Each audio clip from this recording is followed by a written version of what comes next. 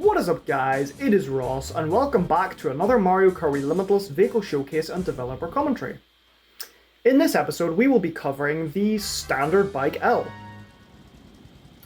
The Standard Bike L functions rather similarly to its vanilla counterpart, in the sense that it is a well-rounded bike with outside drift, and in Limitless... Get out of my way, Peach. And in Limitless, that's pretty much where all the special stuff about it ends. It's got no funny gimmicks attached.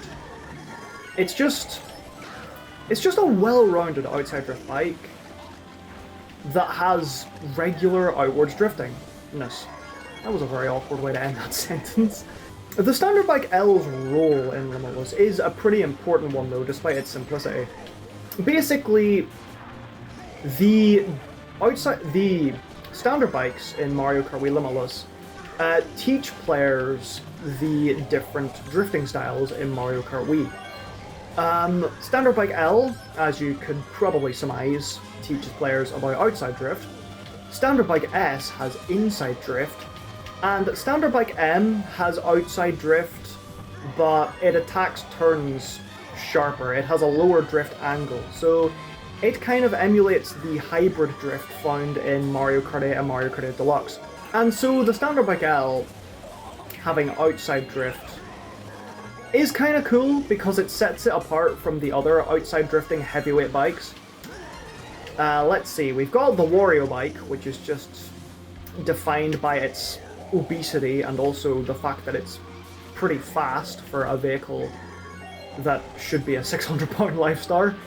We've got the Shooting Star, which just has extremely long mini-turbos.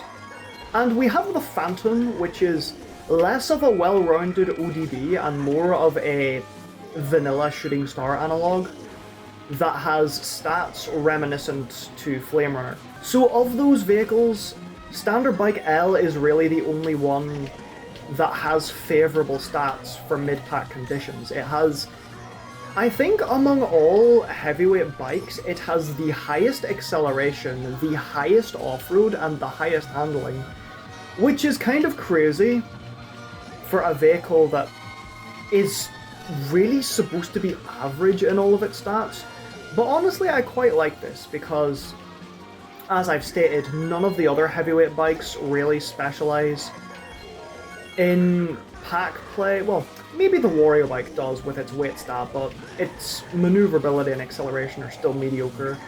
And those aspects are where Standard Bike L can pick up the slack. If you want to use Bowser on a bike, but you also want to have those defensive mid-pack attributes, you know, the Standard Bike L is just your pick, you know?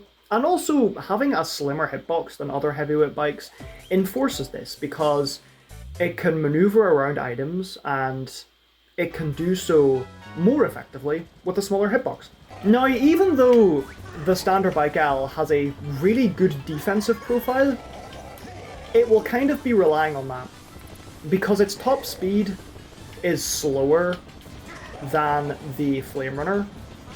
I think it may or may not be slower than the Mach Bike as well, I can't actually remember.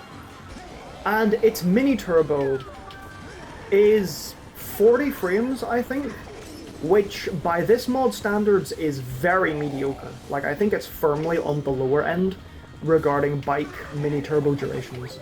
So this thing struggles to keep a lead, and it struggles even more at, like, building a lead. So you will be relying on its mid-pack stability an awful lot.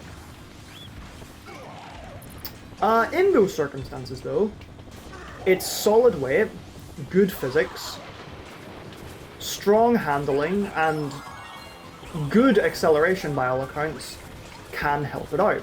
The catch is that it's a bike, so you do need to worry about wheelie bumps. And because this thing specs so hard into acceleration and mobility, wheelie bumps are going to hurt it a lot, because when you're getting wheelie bumped, you're stunned for like half a second. And obviously when that happens, you know, you can't maneuver when you're stunned, so that's going to sting an awful lot if you get stuck in like a long string of wheelie bumps. If you're situationally aware enough, you can circumvent that. But if people are just coming out of nowhere and kamikazing you with like strong bumps, obviously that's not going to be too much of a help now, is it? Standard Bike L is also in a similar boat to Standard Kart M, where it doesn't have any particular strengths, and it doesn't have any silly gimmicks. So it may seem bland, but I think that's part of the appeal of the vehicle.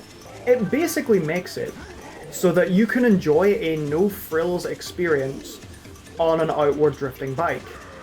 And obviously with Limitless's plan to make the meta more than just Funky Kong Flame Runner, experimenting with offbeat playstyles becomes very easy with vehicles like the Standard Bike L, because it basically allows you to enjoy a bog standard outside drifting bike experience for what it is. It's very good at teaching you the ropes of outward drift bike. Phantom is as well, because it's basically the shooting star analog in this mod.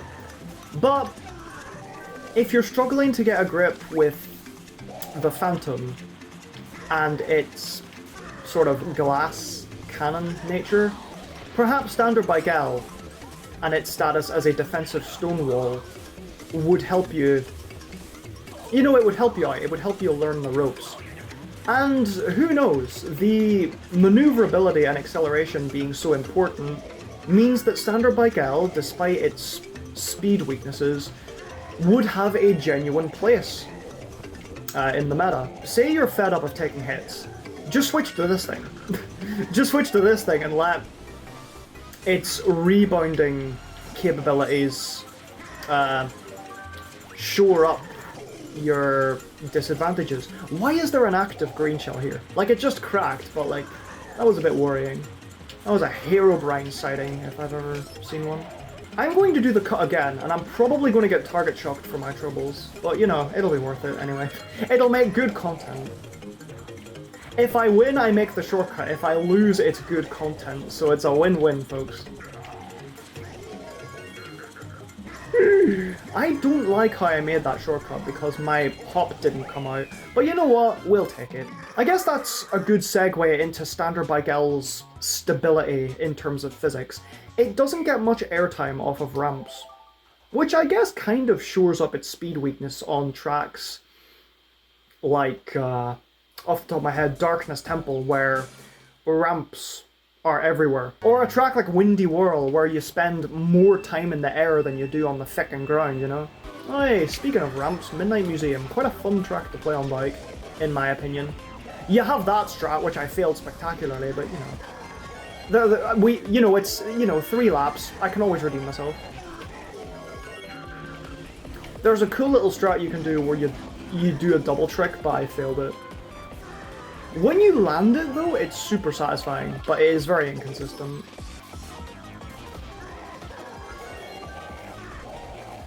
Oh, that's... You know, that's not quite what I wanted to do either. Okay, we're 0 for 3 on that strat, folks. Oh well. There's always a future developer commentary where it gives me this track.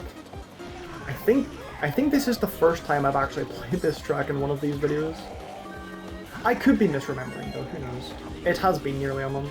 Way, and that is another 60-point GP. Standard Bike L is the vehicle for you if you just like ODBs and you want a fresh outward drifting experience with no strings attached, and you just want a safety net for if the mid-pack chaos gets too out of hand. I'd like to thank you all so much for watching. Be sure to check out the next commentary when it comes out, and the previous ones if you haven't already. And until next time, that is Ross, signing out. Goodbye.